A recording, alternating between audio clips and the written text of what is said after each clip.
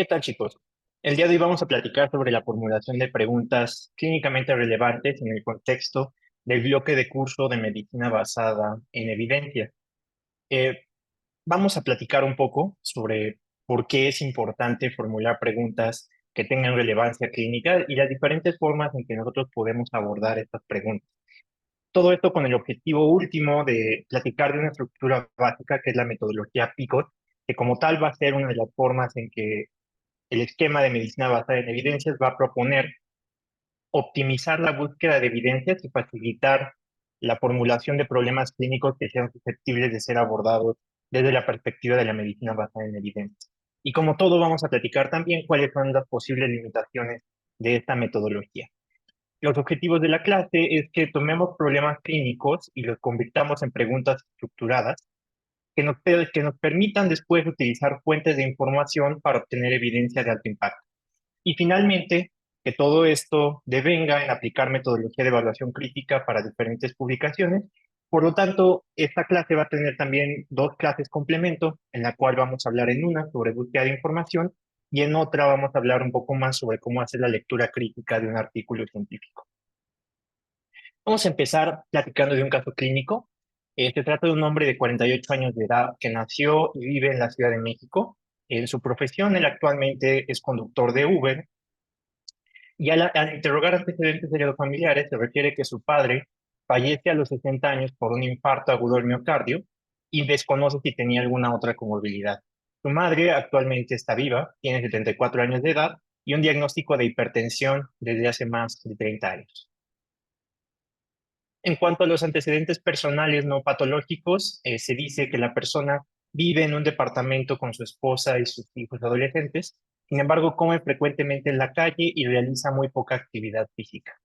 De acuerdo a los antecedentes personales patológicos, niega alergias, fuma 15 cigarrillos al día desde hace 30 años, bebe alcohol 2 veces al mes sin llegar al embriaguez.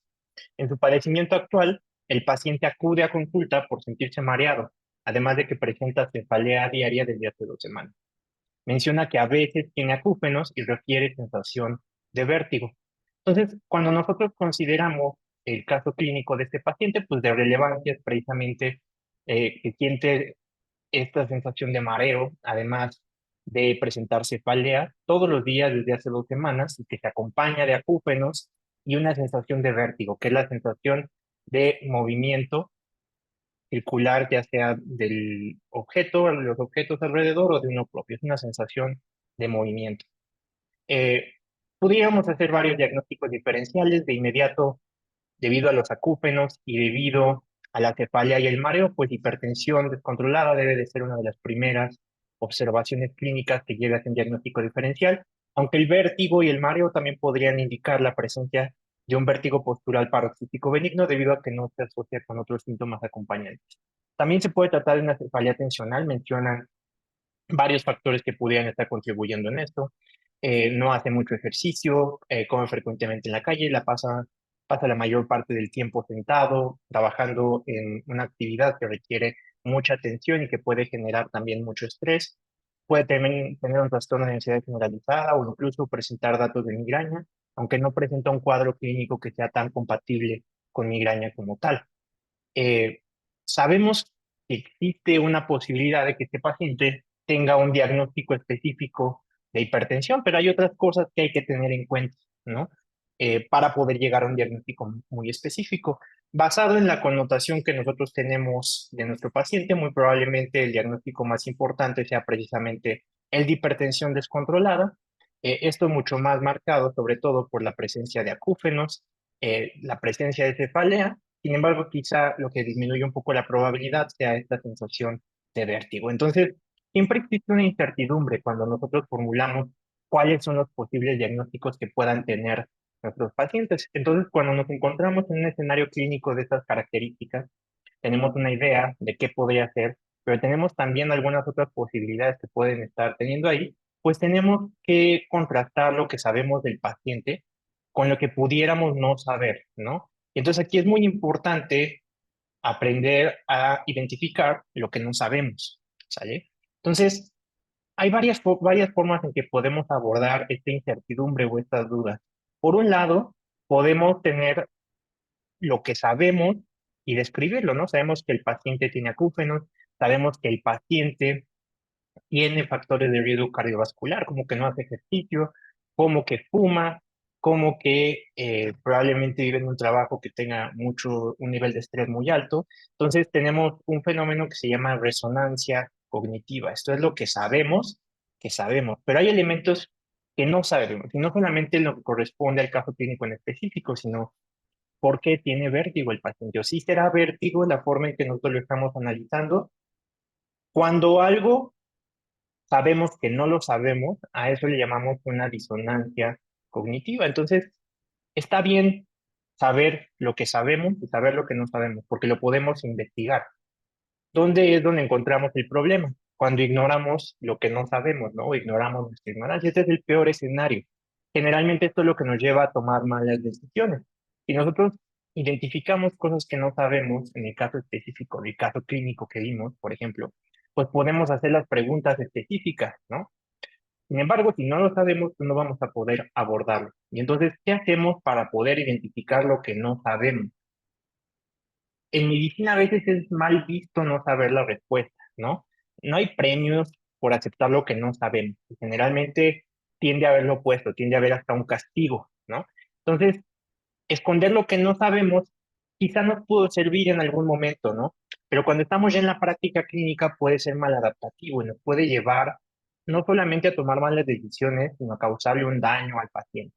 Porque en realidad esconder lo que no sabemos o lo que no tenemos claro es lo mismo que evitar aprender, ¿no? Y esto tiene consecuencias directas sobre la atención clínica que les damos a nuestros pacientes en un día a día.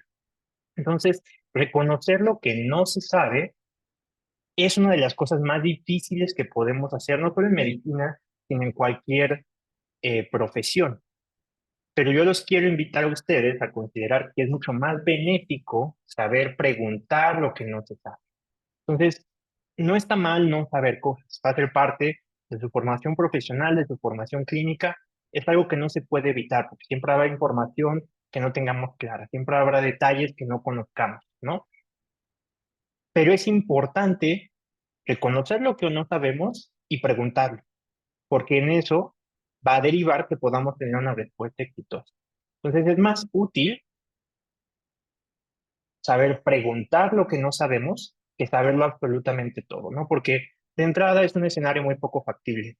No vamos a saberlo todo. Sin embargo, y es muy probable que podamos identificar qué no sabemos y aprendamos a preguntar. Entonces, esto nos lleva de nuevo al esquema de la medicina basada en evidencias, ¿no?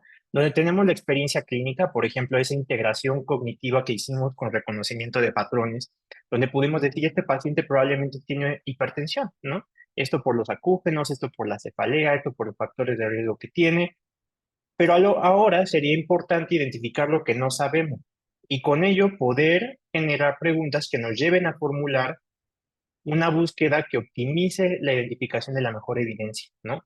Todo esto contrastado con los valores del paciente y sus preferencias. Entonces, recordar que David Sackett dice que la medicina basada en evidencia es la integración de la mejor evidencia de la investigación clínica con la pericia clínica y los valores de los pacientes, y que teniendo en cuenta los diferentes pasos y procesos, ahorita vamos a identificarnos en este punto, ¿no? ¿Cómo formulamos una pregunta clínicamente relevante? Y esto va de la mano con el siguiente paso, que es cómo utilizamos esta pregunta clínicamente relevante para poder formular preguntas.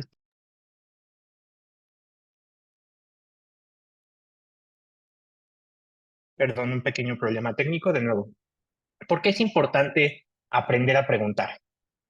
Generalmente, cuando hacemos preguntas, sobre todo cuando estas son claras y son concisas, vamos a poder eficientizar la búsqueda de información. Es decir, nosotros queremos identificar lo que no sabemos y queremos resolver el problema que no conocemos. No vamos a poder hacerlo a menos que desarrollemos un esquema que nos permita responderlo. Entonces, cuando las preguntas son muy amplias o son muy poco específicas, vamos a tener muchísima información y esto va a ser muy difícil de resumir de forma clara, ¿no? Entonces, nosotros necesitamos hacer preguntas que sean claras y que sean concisas.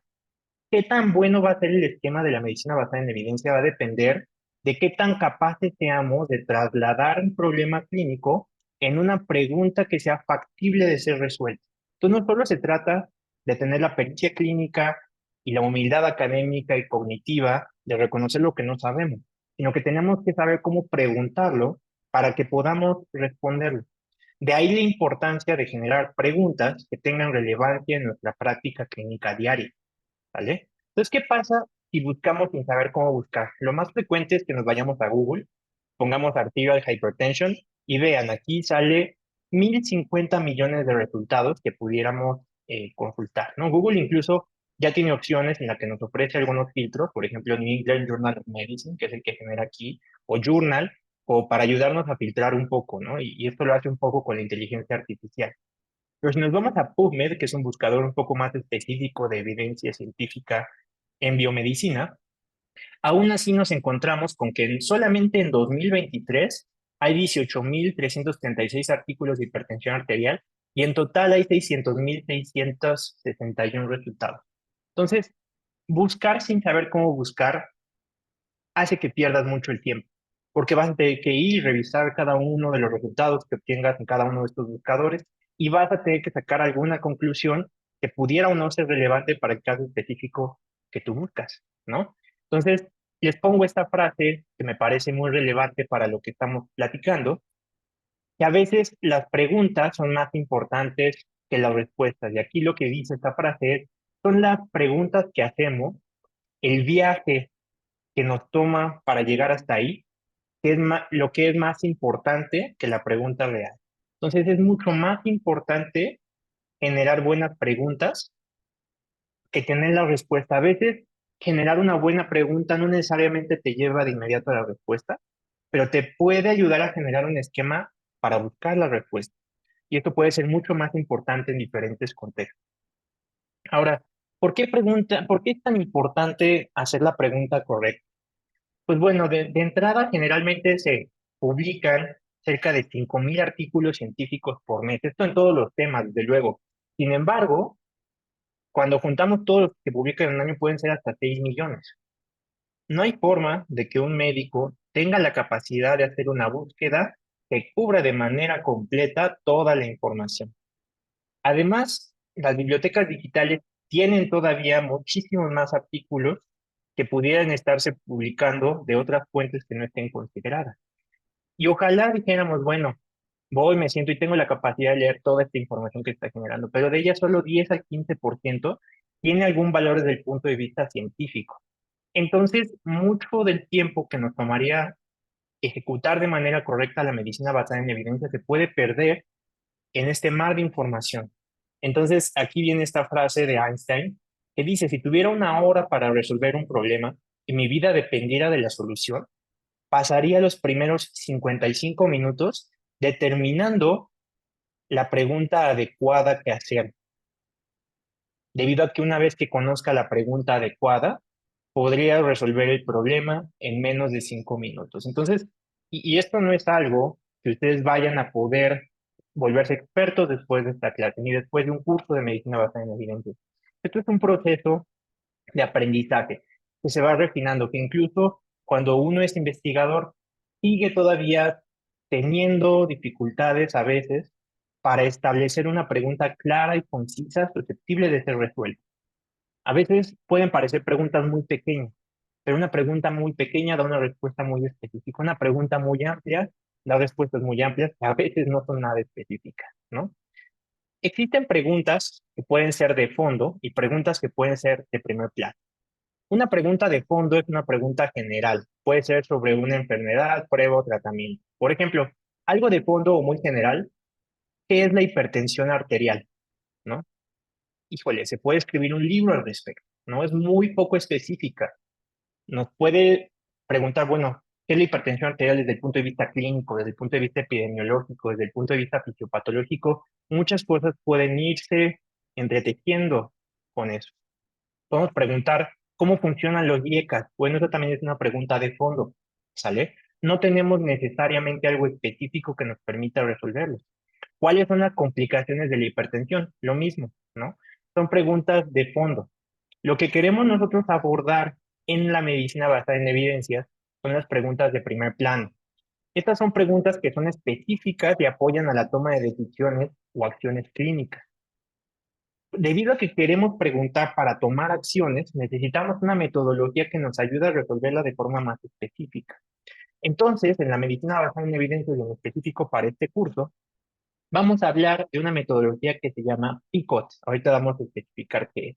Pero esta es una pregunta que podría resultar de una pregunta tipo PICOT. ¿Cuál es el beneficio del uso de inhibidores de la enzima convertidora de angiotensina, que son los IECAS, a dosis óptimas sobre el riesgo de complicaciones cardiovasculares en pacientes que viven con hipertensión arterial sistémica? Esto es HI, ¿sale? Una pregunta mucho más específica, ¿no? IECAS a dosis óptima, ¿para qué? Para disminuir el riesgo cardiovascular en quienes, en pacientes con hipertensión arterial. Entonces, tenemos que aprender a preguntar, ¿sale? Hacer preguntas de primer plano debe tener una metodología clara. Para ello hay varias cosas que es importante saber, ¿no? ¿Qué preguntas de investigación o qué preguntas son relevantes en el campo donde me estoy moviendo? Habrá cosas que valga la pena cuestionar, pero otras cosas pues, que no son tan controversiales, ¿no? Es importante identificar cuáles sí son controversiales, ¿no? Por ejemplo, no queda duda que el paracetamol sirve para tratar el dolor, ¿no? Pero a lo mejor sí podríamos preguntar, para las cefaleas de tipo migrañoso, ¿es más efectivo dar paracetamol o tramadol? ¿No? Y bueno, ahí la siguiente pregunta sería en qué tipo de pacientes, ¿no? Y podríamos buscar qué tipo de estudios existen, porque a veces hay controversia, pero no hay información, ¿no? Entonces es importante saber, primero, cuáles son los puntos y segundo, qué tipo de estudio necesitaríamos identificar, ¿no? Para esto nos basamos en conocimiento previo. ¿Existe suficiente información para responder la pregunta de investigación? Esto hay que verlo, ¿no? La segunda, ¿hay controversia en el tema concerniente a esta pregunta? Eso también hay que tenerlo. Y también identificar áreas de oportunidad. ¿Por qué? Porque formular una buena pregunta no solo te ayuda a resolver un problema, sino que te puede ayudar a identificar áreas que no están resueltas. Por ejemplo, podemos identificar brechas en el conocimiento mediante una búsqueda sistemática. Eso es algo que hay que considerar, ¿no? ¿Habrá estudios de alta calidad? Es decir, ¿se podrá investigar? Esa es otra cosa que tenemos que ver, ¿no? Eh, Existen enfermedades que son muy raras, ¿no? Donde es muy difícil hacer un ensayo clínico aleatorizado. Entonces, un buen estudio de series de casos nos puede servir para tomar decisiones en este caso, ¿no? Por ejemplo, una enfermedad de la que a lo mejor hay 20 casos en el mundo, no esperaría ver un ensayo de 1000 pacientes, desde luego, ¿no? Entonces, conocimiento previo del campo en el que nos estamos moviendo nos puede ayudar a saber qué esperar. No es lo mismo buscarlo en una enfermedad rara, 20 casos a nivel mundial, que algo de hipertensión, ¿no? Donde seguramente hay muchísimos estudios de mucha calidad para buscar lo que queremos y aún así puede que no los haya. Pero es importante contextualizar la pregunta que queremos hacer antes de hacerlo, ¿no? ¿En qué dominio me interesa preguntar? Etiología se refiere a que queremos buscar en específico la causa de alguna enfermedad, ¿no? ¿Qué es, qué es lo que está originando la enfermedad? Factores de riesgo son aquellos factores que ocurren en un individuo que aumentan la probabilidad de tener una enfermedad o un desenlace relacionado a la enfermedad. Por ejemplo, la obesidad es un factor de riesgo para la enfermedad cardiovascular, ¿no? Todos los que tienen obesidad tienen enfermedad cardiovascular, ¿no?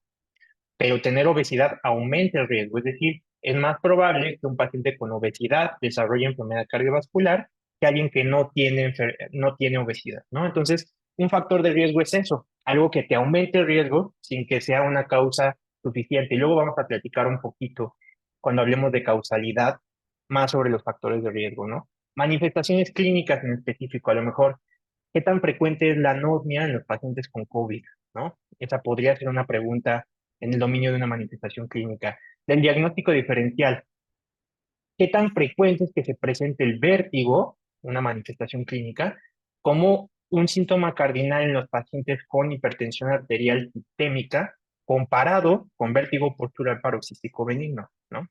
Nos puede servir para hacer un diagnóstico diferencial.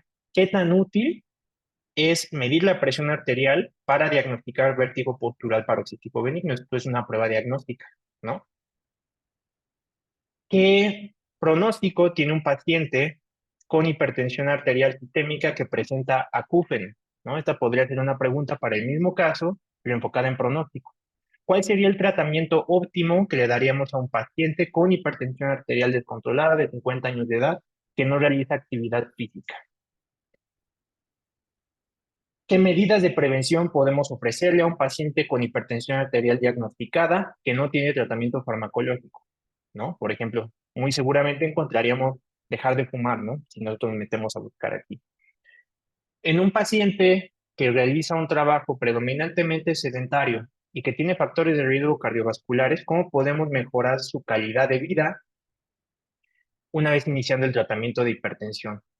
También podemos ver otras cosas que a lo mejor son más enfocadas en sistemas, como el costo o procesos de atención, que nos pueden ayudar a identificar a lo mejor fármacos que pudieran tener un menor costo, que pudieran ser más costo efectivos, que también vamos a hablar en otra parte del curso del análisis de costo-efectividad, para mejorar el tratamiento de mi paciente, ¿no? Entonces, saber qué queremos preguntar en específico de la enfermedad. Hablar de hipertensión arterial es muy amplio, ¿no? A lo mejor me quiero meter en el tratamiento de la hipertensión, a lo mejor me quiero meter en factores de riesgo, a lo mejor me quiero meter en las manifestaciones clínicas, a lo mejor quiero hablar de la forma en que diagnostico, de la forma en que hago pronóstico. Todo eso es importante para poder ir especificando el dominio de nuestra pregunta, porque eso nos va a hablar del tipo de estudios que vamos a ver y de la forma en que los vamos a procesar, ¿vale? Entonces, esto ahora sí nos lleva a hablar de la metodología PICOT, que PICOT es un acrónimo, ¿vale? P se refiere a pacientes o población. Y esto responde a la pregunta, ¿en qué grupo específico de pacientes me interesa tomar la decisión? ¿Vale? Ahorita vamos a ver un ejemplo, pero aquí, por ejemplo, podría ser pacientes de sexo masculino mayores de 50 años con hipertensión arterial, ¿no? Este podría ser un ejemplo de población. ¿Y qué intervención estoy interrogando? Puede ser una intervención, un factor de riesgo, una exposición, una prueba diagnóstica, y en específico la I de intervención es sobre qué procedimiento, tratamiento o prueba me interesa decidir, es decir, dónde tengo la duda en donde yo quisiera incidir para hacer una búsqueda de información. La C me permite comparar las intervenciones, es decir, contra qué quiero comparar la intervención que estoy interrogando. Entonces, si es un tratamiento, ¿contra cuál otro tratamiento? ¿O comparado con qué? Si estoy hablando de una prueba diagnóstica, comparada con cuál estándar, ¿no? Por ejemplo, si estoy hablando de una exposición comparado con cuál, obesidad, comparado con no obesidad. Tratamiento con IECAS, comparado con tratamiento con ARA2. Eh, medición de presión arterial en casa contra medición de presión arterial en el consultorio. Todo eso es importante tener en claro. Las T es de comparación, pero también pueden verlo contra qué, ¿no? T de contra qué. ¿Contra qué me interesa comparar la intervención? ¿Hay algo estándar? Es decir, estándar me refiero es lo más usado. Por ejemplo, estándar es medir la presión arterial de acuerdo a la norma en México, a la norma oficial mexicana, ¿no? Tenemos que compararlo a lo mejor contra eso, contra la forma usual de diagnosticar. ¿Hay alguna otra forma mejor para diagnosticar hipertensión? Eso es algo que podemos preguntar. Luego el desenlace. El desenlace depende del dominio, ¿no? Pero debe de ser un desenlace clínicamente relevante que responde a la pregunta, ¿qué busco lograr con la intervención? ¿Sobre qué desenlace me gustaría incidir? Y aquí depende del dominio, ¿no? Si es el diagnóstico, a lo mejor lo que busco es optimizar el diagnóstico. Si es sobre pronóstico, a lo mejor lo que busco es reducir el riesgo cardiovascular. Y a lo mejor es sobre la calidad de vida, es que te aumente en calidad de vida. Y los tiempos importan. La T es medio opcional. De hecho, van a ver ustedes en algunas fuentes que solo se habla de la metodología PICO, porque estos cuatro son esenciales para cualquier pregunta, pero algunos, a lo mejor para pronóstico, a lo mejor para algunas situaciones diagnósticas, la temporalidad es importante. Y responde a la pregunta, ¿me interesa algún periodo o temporalidad específica para ver algún efecto? Por ejemplo, reducir el riesgo de desarrollar un infarto a 10 años, ¿no? ¿Por qué a 10 años? Bueno, porque los estudios están a 10 años, ¿no? Y luego, algunos autores han propuesto que le agregues una R, que sea de retroalimentación, de que, cómo puedo mejorar todo esto, ¿no? Pero como comentábamos, la medicina basada en evidencia siempre tiene este paso, ¿no? Entonces, ¿qué podría preguntar mejor en una futura ocasión? A lo mejor especificar mejor a la población, especificar mejor la intervención, poner un comparador que sea mucho más óptimo, especificar un desenlace que sea más relevante para lo que yo quiero estudiar. Todo eso es importante tenerlo en cuenta para poder hacer una mejor pregunta. Entonces vamos a hacer una pregunta un poco más planteada al caso que tenemos. Imaginemos que diagnosticamos hipertensión arterial en nuestro paciente que teníamos en el caso clínico inicial, ¿no? Y ahora lo que me interesa es cómo lo voy a tratar. Entonces, el dominio de los dominios que platicábamos está en tratamiento, ¿no? Entonces voy a hablar ahora de tratamiento. Y dentro del dominio de tratamiento, me interesa preguntar, en pacientes con diagnóstico reciente de hipertensión arterial, que esta sería la P, ¿no? La P de paciente o problema. En pacientes con diagnóstico reciente de hipertensión arterial, ¿qué me interesa preguntar? Bueno, me interesaría ver el inicio o no un IECA, ¿no? Un fármaco inhibidor de la enzima convertidora de angiotensina, captopril, enalapril, ramipril. Entonces, esa sería mi I de intervención. Me interesa ver si el IECA es mejor que solo darle cambios en el estilo de vida, ¿no? Por ejemplo, como es sedentario, haga ejercicio, a lo mejor tenga una dieta que no se base en comer tanto en la calle, sino más balanceada, a lo mejor deje de fumar, ¿no? Entonces me interesa ver si ya al inicio tratamiento o solamente le hago cambios en el estilo de vida, que sería mi comparador, ¿sale? ¿Y qué efecto tiene esto sobre mi desenlace? Mi desenlace en este caso es las cifras de presión arterial, es decir, con qué le controlo mejor la presión arterial. Y aquí a lo mejor el tiempo lo pongo, que lo voy a citar en 6 meses, ¿no?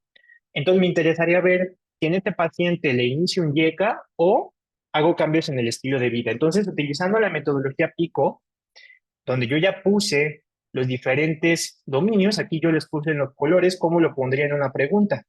En pacientes con diagnóstico de hipertensión arterial, bueno, aquí se me fue diagnóstico, vamos a quitar esto.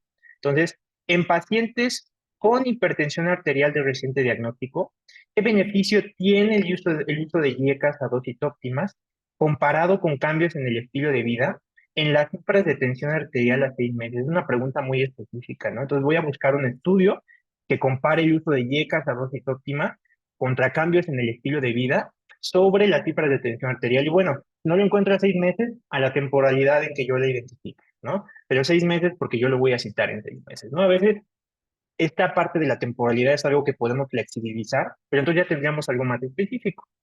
Eh, en pacientes con diagnóstico de hipertensión arterial de reciente diagnóstico, ¿qué beneficio tiene el uso de IECAS a dosis óptimas comparado con cambios en el estilo de vida sobre las cifras de tensión arterial, ¿no?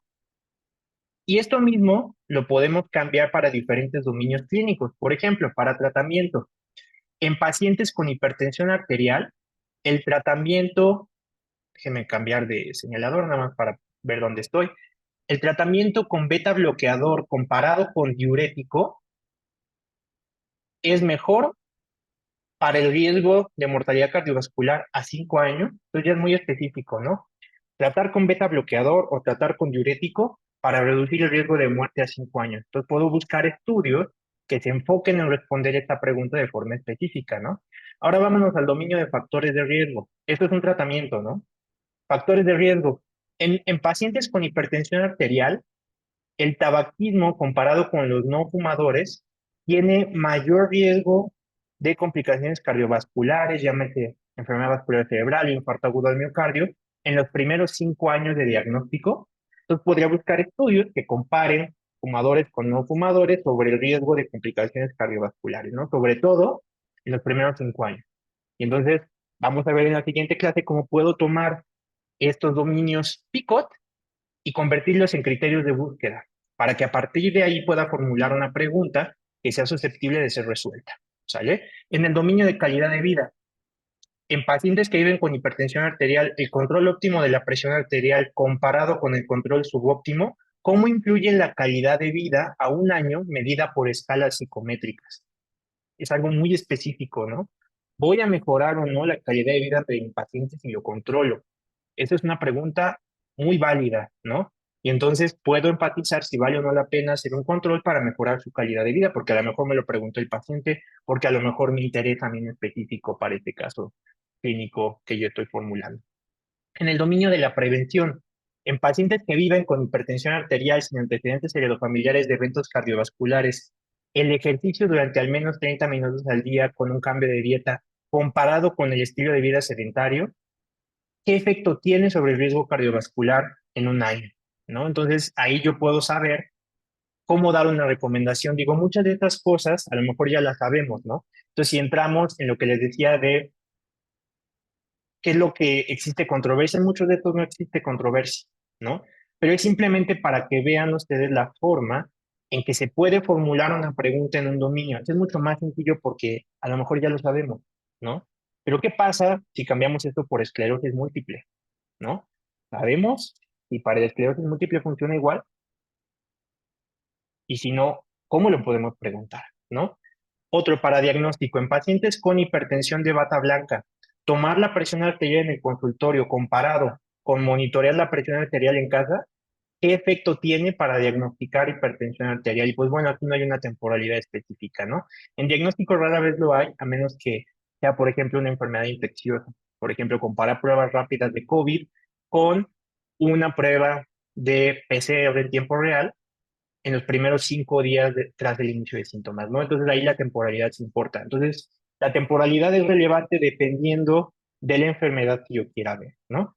Entonces aquí podemos ver una misma enfermedad, un mismo paciente, diferentes dominios clínicos que podemos preguntar utilizando la metodología PICO, ¿vale? Entonces es muy importante que ustedes cuando vean un caso clínico, primero piensen, ¿en qué tengo dudas? ¿Es en el tratamiento? ¿Es en el diagnóstico? ¿Es en algún factor de riesgo? ¿Es en la etiología?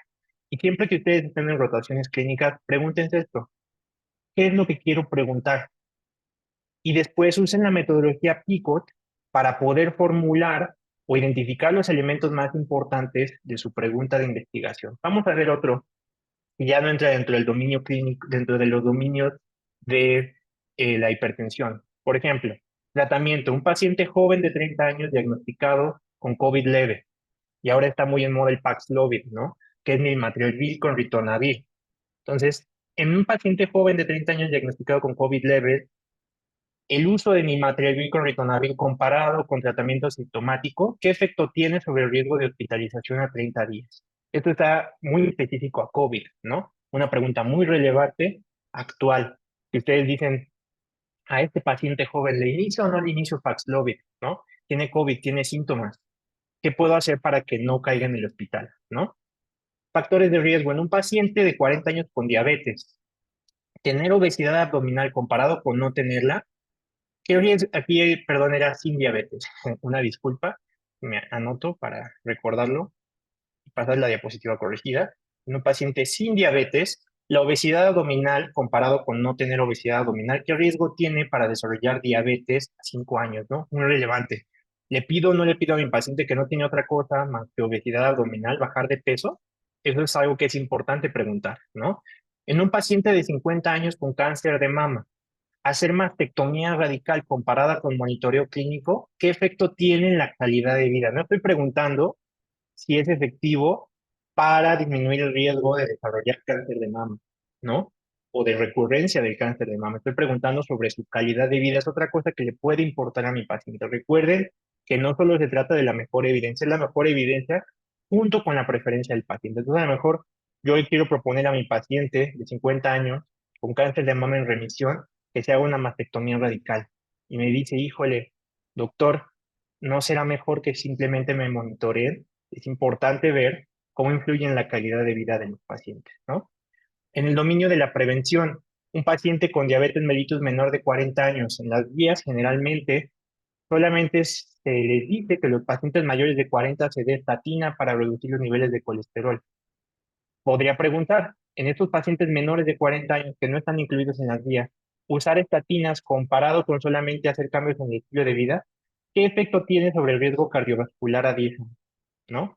U otro, en un paciente con sospecha de faringitis estreptocócica, hacer una prueba rápida para identificar estreptococo comparado con un cultivo faríngeo, será mejor o peor para hacer tratamiento específico oportuno, dar penicilina y con ello prevenir la fiebre reumática y el desarrollo de cardiopatía reumática a largo plazo. Bueno, como pueden ver, esta metodología se puede aplicar para cualquier enfermedad, en cualquier dominio clínico, para cualquier desenlace y nos puede ayudar mucho a poder resolver las preguntas de una manera mucho más óptima, ¿sale?